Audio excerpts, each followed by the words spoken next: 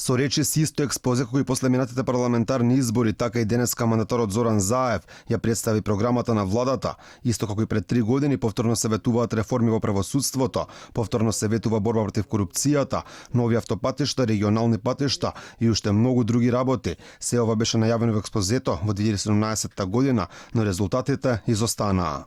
Судиите, за кои ќе се докаже дека свесно и намерно застарувале предмети, ќе бидат разрешени, но ќе има ревизија на 5% од судските предмети кои ќе бидат бирани по случаен избор. Предметите отворени од специјалното јавно обвинителство, кои со години талкаат низ судските лавиринти, мора да добијат разрешница.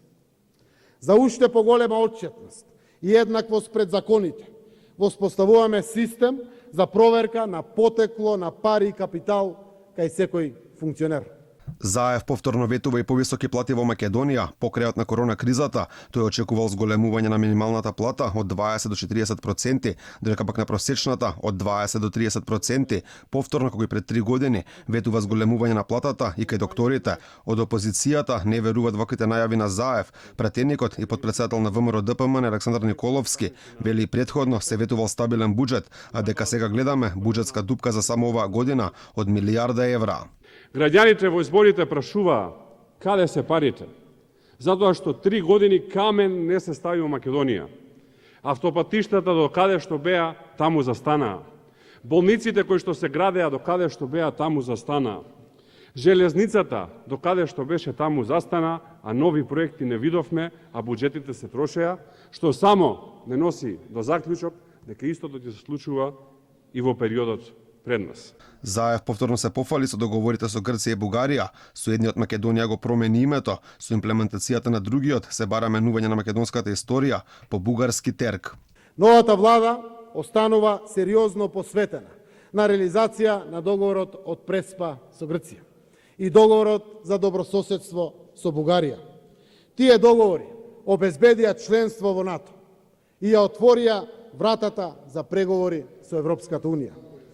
До нивната целосна реализација остануваат обврските на кои посветено ќе работиме во духот на заедничкото разбирање со нашите соседи Грција и Бугарија. Пратеничката на ВМРО ДПМН Рашела Мизрахи го потсети Заев дека со овие договори го прекршил она што го ветувал и во што се колнел, односно дека нема да дозволи промена на уставот со цел промена на уставното име. Делчево митинг, што се однесува до уставот, гарантирам, одличен устав имаме, европски устав, уставот нема да дозволам никој да го промени, уставот ќе се почитува, уставот ќе се спроведува, нема менување на уставот. Бидете спокојни, не дозволувајте режимот повеќе да ве лаже. И би, режимот повеќе не лаже, ама вие да. Од опозицијата забележаа дека ова е влада со тенко мнозинство, која што се заснова на стари истрошени кадри кои се поврзуваат со криминал. Александар Николовски потсети дека СДСМ со коалицирањето со ДУИ го излажале народот, ветувајќи дека интегративците ќе заминат во опозиција. Тој најави дека оваа влада ќе има краток рок на траење. Ќе се гледаме по македонските градови и села, затоа што ова е коалиција на лагата. Оваа коалиција ќе биде срушена на масовни демонстрации по македонските градови и села, кои што ќе почнат уште оваа есен, затоа што капацитет за запирање на поларизацијата нема, капацитет за реализација на ветувањата нема, а во исто време народот се чувствува излажан и несоодветно представен во оваа влада. Инаку новото тесно владино мнозинство ќе биде составено од 62 пратеници од СДСМ, ДУИ и ДПА. Рокот за изгласување на новата влада истекува утре на полноќ. Новата влада ќе биде ефикасна, стабилна